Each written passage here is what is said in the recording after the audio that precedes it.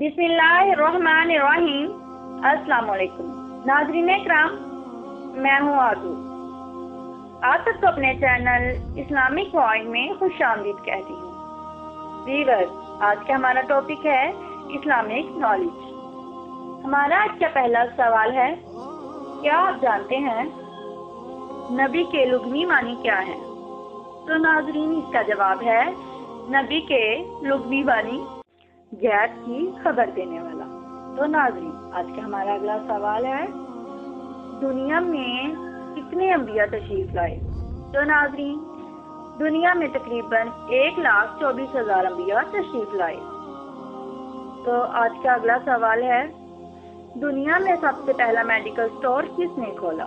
तो नाज़रीन, दुनिया में सबसे पहला मेडिकल स्टोर मुसलमानों ने खोला था।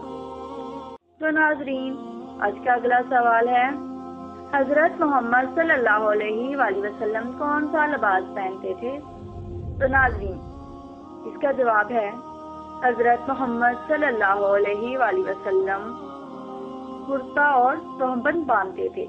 तो नाज़रीन, आज का हमारा अगला सवाल है, हजरत आदम अलैहिस्सलाम की तौबा कब कबूल हुई थी? तो नाज़रीन, इसका जवाब है हजरत आदम अलैहिस्सलाम की तौबा तकरीबन 20 साल बाद कबूल हुई थी।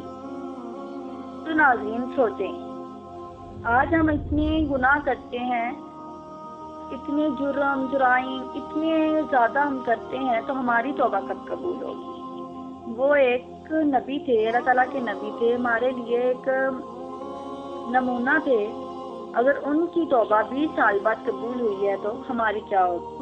हमें चाहिए कि हम 5 वक्त की नमाज अदा करें और हर दुआ में रो कर अल्लाह ताला से अपनी गुनाहों की तौबा करें। नाज़रीन, अब चलते हैं हम अगले सवाल की तरफ।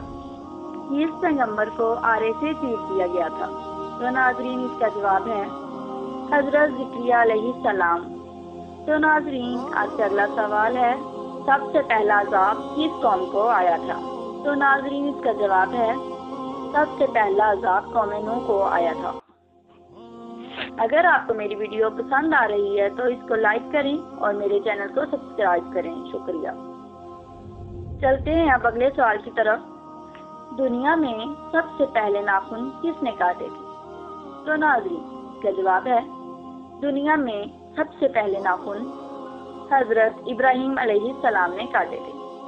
तो नाज़रीन, आज का हमारा अगला सवाल है, कुरान मजीद का उर्दू ज़ुबान में तर्जुमा कब हुआ? तो नाज़रीन, अब चलते हैं हम ये जवाब की तरफ।